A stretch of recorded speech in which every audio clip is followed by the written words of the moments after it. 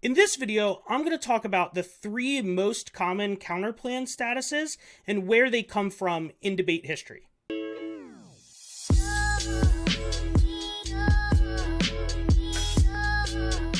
Alright, so in this video, I want to talk about counterplan statuses, where they come from, what they are, and sort of how they work in a debate. So, before we get into the different types of counterplan statuses, I think it's important to look at history and where these things come from, because it informs our decisions about how we should treat them going forward. So, debate way back in the day used to just be the affirmative defended the resolution, or the affirmative defended changing the status quo in policy debate, and the negative said no, keep the world the same, or we should keep the status quo the status quo. We should keep things the way they are now. So the affirmative said we should get the ability to change the world. The negative said no change. So over the course of time, that evolved into the negative now not just being able to say no, but also being able to advocate for things that they can advocate for and not just say don't change things. So this would be like a counterplan, a critique, competitive policy option, an opportunity cost, whatever you want to call this. So basically, at least to my knowledge, in the history of policy debate, there was a big debate in the 70s between Zarefsky and Unger, and those two camps were essentially one believing in hypo-testing and one believing that plan-focused debate was the best. So conditionality kind of combines those two things together, and we really, or not conditionality, counterplan competition theory and the basics for what a status is for a counterplan evolves out of that, specifically conditionality. The reason conditionality comes from this is that in hypo-testing, as a way of hypo-testing the resolution, the negative got to disprove the resolution through using other instances. So conditionality was kind of rampant in hypo-testing. So when plan-focused debate became more popular, that sort of came with it as a part of the two sort of coming together. So a lot of the original ideas about counterplan statuses, at least in my opinion, somebody could come in here and correct me. I'd love to talk to somebody about this. I believe everything comes out of the University of Kentucky in the 80s, and almost exclusively, or a large majority of all of these status arguments originate from Roger Solt and the Kentucky debate team about the idea of what to do with this counterplan, what to do with this thing that's not the status quo. So now that you have the status quo and something else, do you only get the something else now? Or can you go back to the status quo?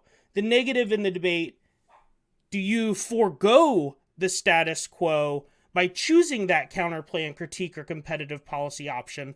And that's kind of where the ideas of counterplan status theory, or just counterplan statuses, what you can do with the counterplan, at the end of the debate, when you decide to go for it or not, do you have to go for it, are all out of that same school of logic. So the three types are going to be conditionality, dispositionality, and unconditionality, or unconditional, or conditional, dispositional, unconditional, however you'd like to say it. So let's start with conditionality.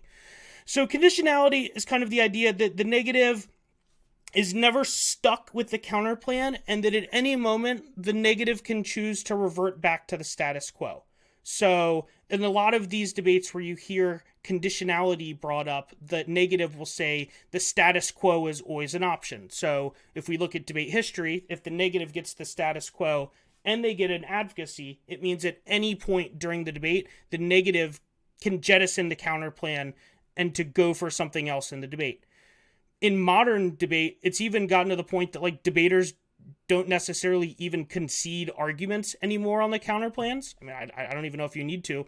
And they just say, it's conditional, it's done, I'm not going for it. So conditionality, the notion that you can get rid of the counterplan or jettison it at any time. Dispositionality, or a counterplan being dispositional, is when there are certain things that the affirmative can do to change the status of the counterplan. So basically what this means is, based on whatever, either the 2AC or the 1AR, depending if it's LD or policy, based on whatever that speech does, the negative is either stuck with the counterplan or they're not stuck with the counterplan. So based off the answers that the AF gives, it's either conditional or it's not conditional or unconditional. Unconditional would be you have to go for it. The status quo is no longer an option. So dispositional, the biggest question is, what does that mean?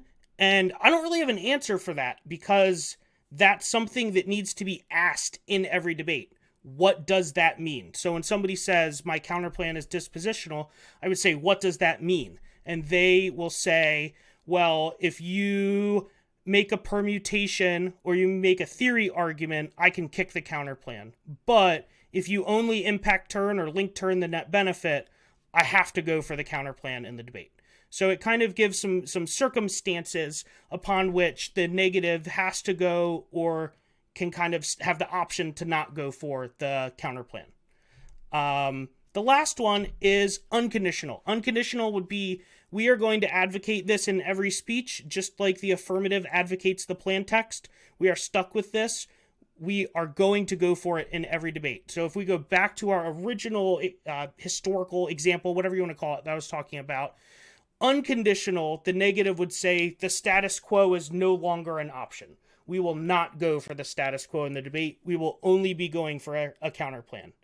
Now, a key note to this is that the negative in these debates can probably still go for arguments like topicality or things that are outside this kind of like status quo, affirmative versus a competitive policy option, or the status quo type of calculus. So just because the counterplan is unconditional doesn't mean that you can like drop T. The T can definitely still be like 5 or 6 minutes of the NR to NR, depending on what type of debate you're in. So just because it's unconditional doesn't mean that they can't go for other things. It just means that the status quo is no longer an option. So hopefully you find this video helpful and that this is a brief little intro to the basics of what counterplan status are, conditionality, unconditionality, dispositional counterplans, and there'll be a couple more videos coming out soon about these concepts a little bit more in depth. So stay tuned.